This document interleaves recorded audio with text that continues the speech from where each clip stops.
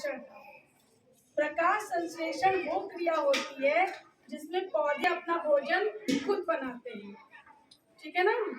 अब उस भोजन को जैसे बनाने के लिए क्या क्या सामान की आवश्यकता होती है, जब तुम्हारे यहाँ रसोई घर में खाना बनता है तो कई चीज़ों की जरूरत पड़ती है, उसी तरह से पौधों को भी आवश्यकता होती है कुछ चीज़ों की, तभी वो भोजन बनता है। अब जैसे उसकी पत्तियों को उसको रसोई घर कहा जाता है, तो मालूम है ना।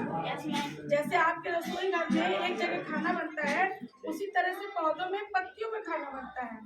अब इनको क्या क्या सामान चाहिए होती है, जैसे हमारे यहाँ जब बनेगा दाल है, चावल है, घी है, नमक है, तो इनको क्या चाहिए होता है, इनको चाहिए होता है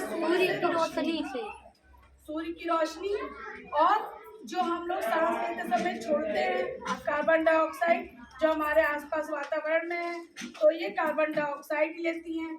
उसके अलावा ये जो जल जो मिट्टी के अंदर है, देख रहे हो ना, इससे क्या होता है, ये पानी और खनिज लवण पौधों को देती है। जो हम लोग खाद और पानी डालते हैं वो मिट्टी में चला जाता है, वही जड़ अवशोषित करके पत्तियों तक देती है। फिर इनसे और एक पत्ती जो पत्तियां जो हमारी हरी दिख रही है, वो इन्हीं के अंदर एक पिगमेंट पाया जाता है जिसको बोलते हैं क्लोरोफिल, वो भी इसमें शामिल होता है खाना बनाने में। और जब ये सब चीजें मिल जाती है तो ये भोजन बनाती है।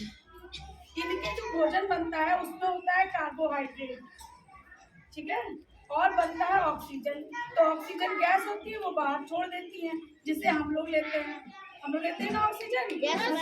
तो वो ऑक्सीजन छोड़ लेती है, जो वातावरण में चला जाता है वो हम लोग लेते हैं, और जो कार्बोहाइड्रेट इनका भोजन बना वो ये पूरे प्लांट को बांट देती है।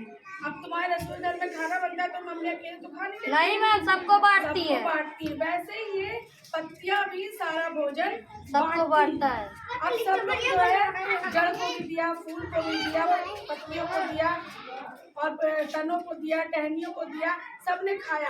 उसके बाद जो बचा वो यहाँ पर स्टोर हो जाता है, जमा हो जाता है, जो हमें गाजर, मूली, शिमला मिर्च, सेब, इन सब चीजों के रूप में हमको देता है, ठीक है।